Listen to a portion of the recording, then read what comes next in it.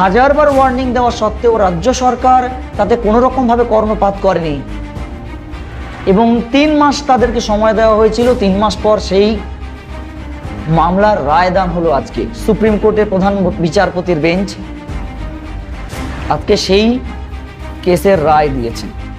মহামান্য supreme court Kolkata হাইকোর্টের যে রায় ছিল সেই রায়কে বজায় রেখেই কিছু মডিফিকেশন করে রায় দিয়েছে। এই রায়ের ফলে 26,000 শিক্ষক শিক্ষাকর্মী বৃন্দ তারা চাকরি হারালেন। একজন দুজন নয়, 26,000 মানুষের চাকরি গেল। যাদের চাকরি গেছে, চাকরি হারা প্রার্থীগুলো তাদের যে আর্তনাদ দেখুন এই ভিডিওতে। কোনোদিন দুর্নীতির সাথে ছিলাম না, আমি সত্যি আমার একটা ছেলে আছে, আমি কোনোদিন দুর্নীতির সাথে ছিলাম না।